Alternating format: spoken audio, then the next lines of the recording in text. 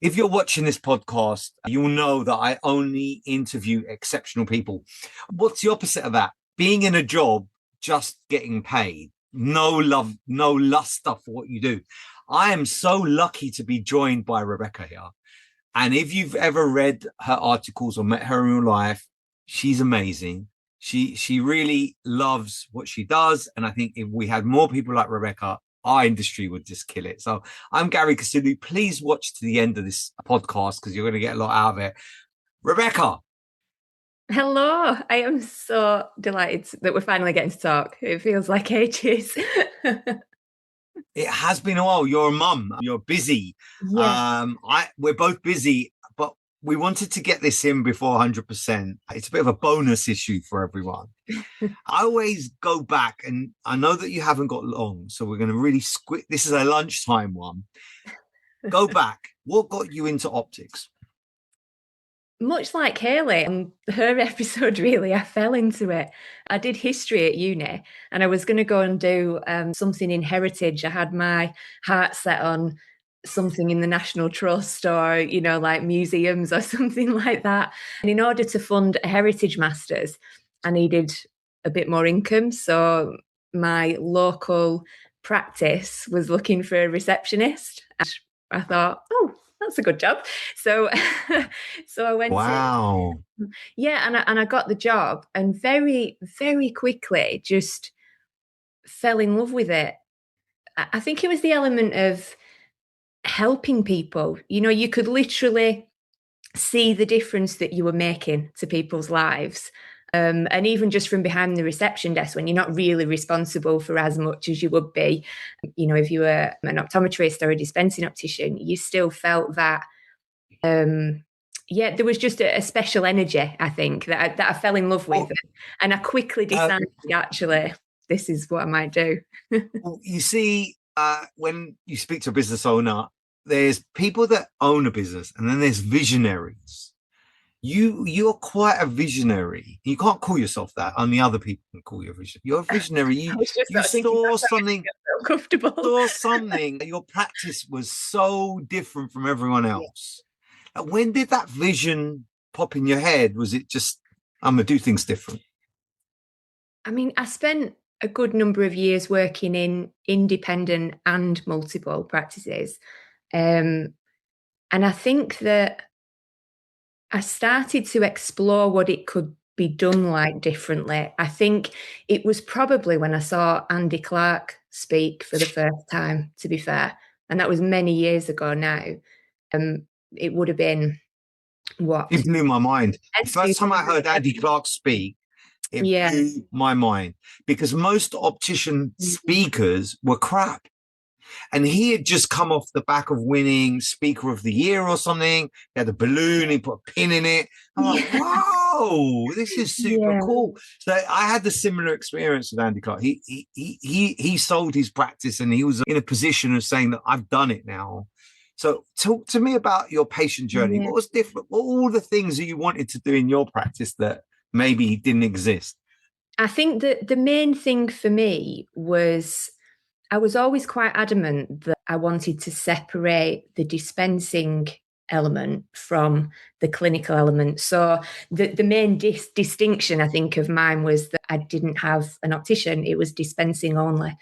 So people would bring their prescriptions to me, and it was all about the eyewear and the experience of getting to know that person that sat in front of you, the styling experience. So it felt like more of a somewhere you would want to go and invest in something. If you're treating yourself to a really nice coat or a nice pair of shoes, and you get that feeling in a special retail space where you just, you feel seen. I know it's a long time ago. So 2004, I had exactly the same idea as you. And after 6 months, it wasn't commercially happening.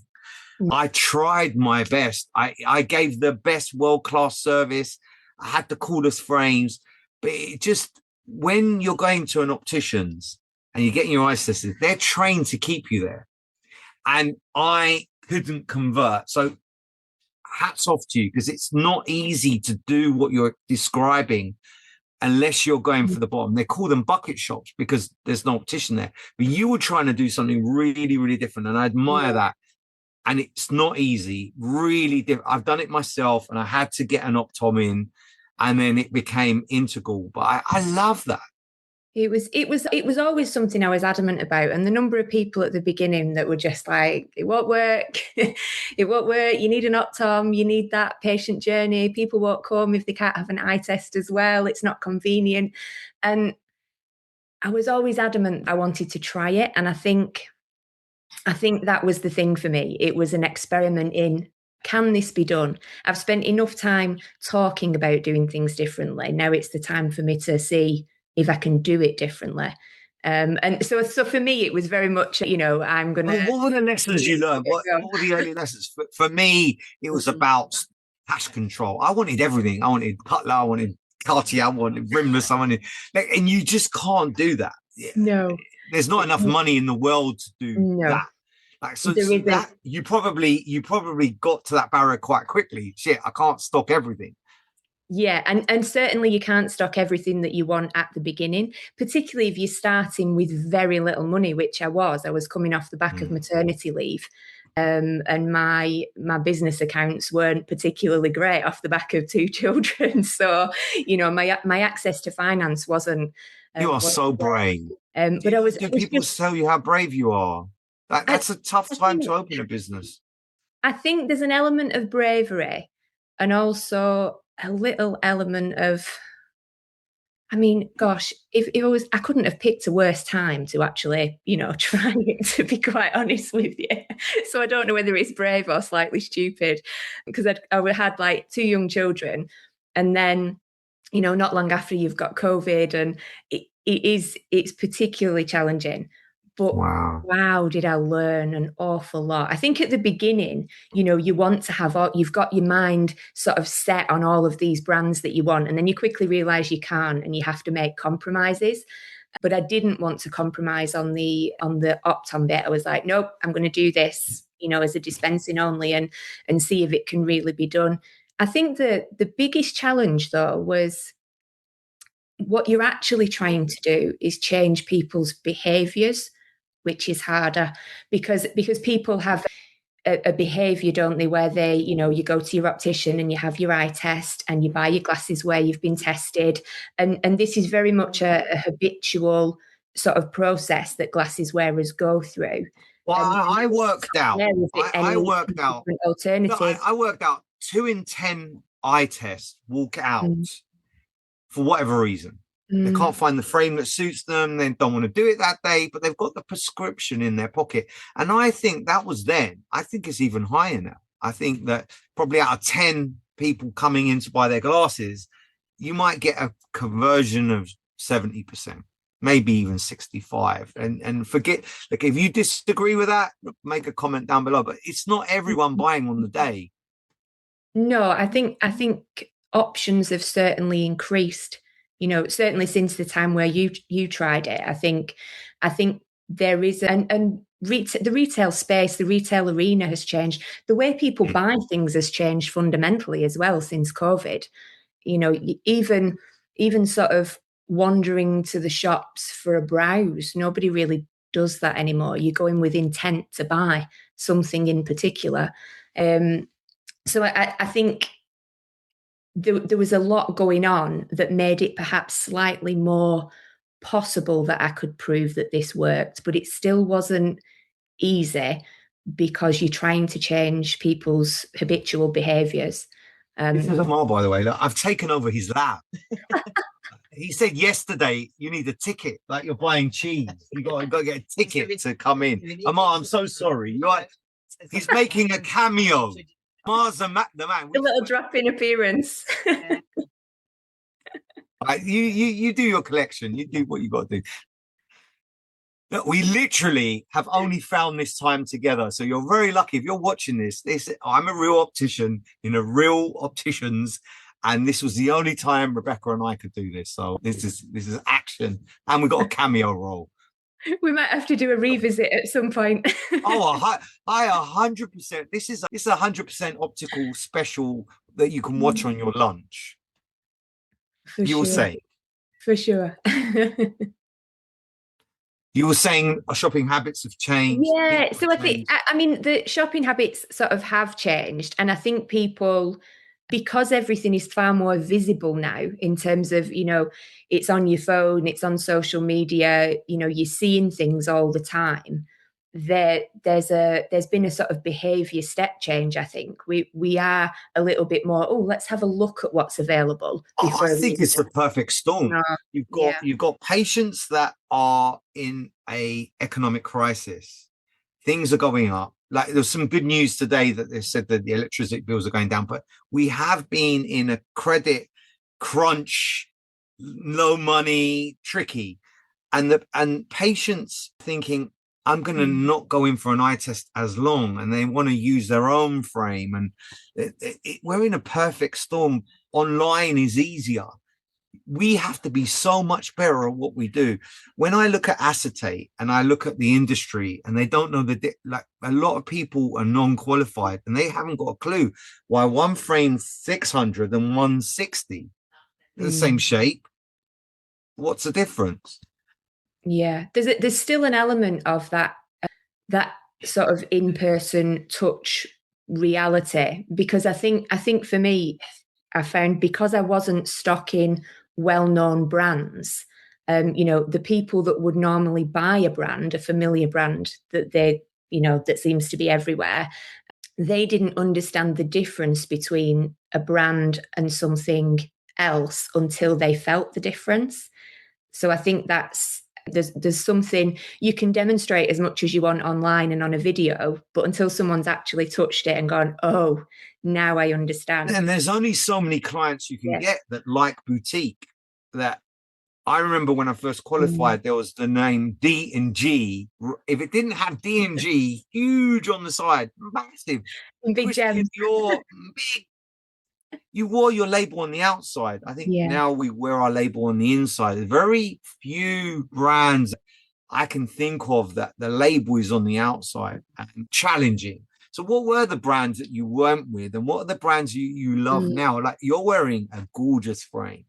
Beautiful. Yeah. So I think it did progress for me, do you know? So when I first started, I kind of hedged my bets a little bit, because I knew some people would be more conservative or perhaps more used to what they'd been seeing in practices already.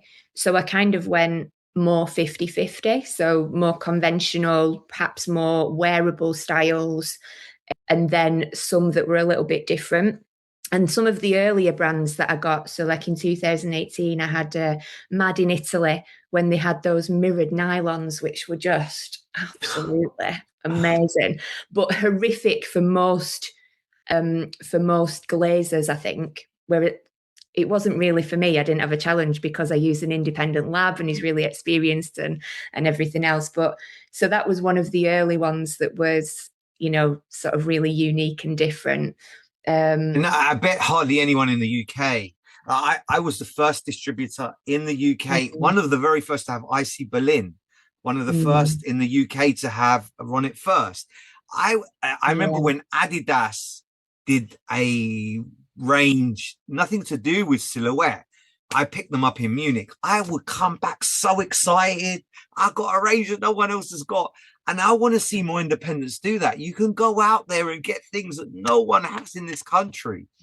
I really, it was, it became a real thing for me. Do you know, like, as my sort of, my customers obviously started to grow, and my sort of taste and my frames started to develop, it was really a challenge for me to go, how many times can I say, nobody else has got this, you know, or you are the only person in the UK with that frame, enjoy it. How special is that? How special is that? So it became a little bit of a challenge. To the end of the podcast. So if you were to give 5 tips for frame styling, you and I are not afraid to be called. Yesterday I called myself a frame stylist twice.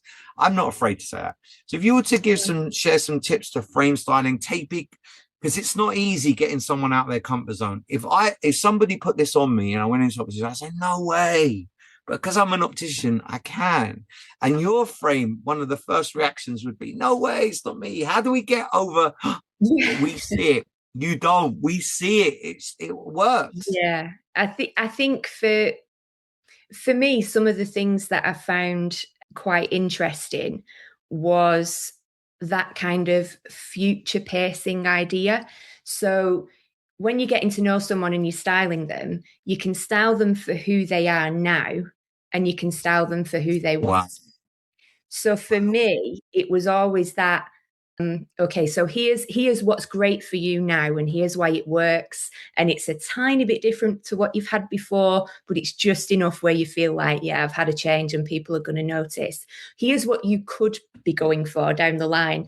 And I always showed something that just wouldn't feel comfortable now, but I could see it later.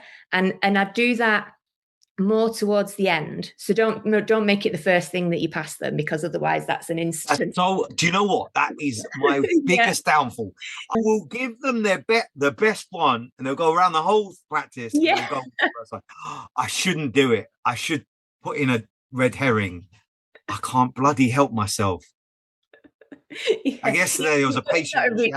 Depends on the person.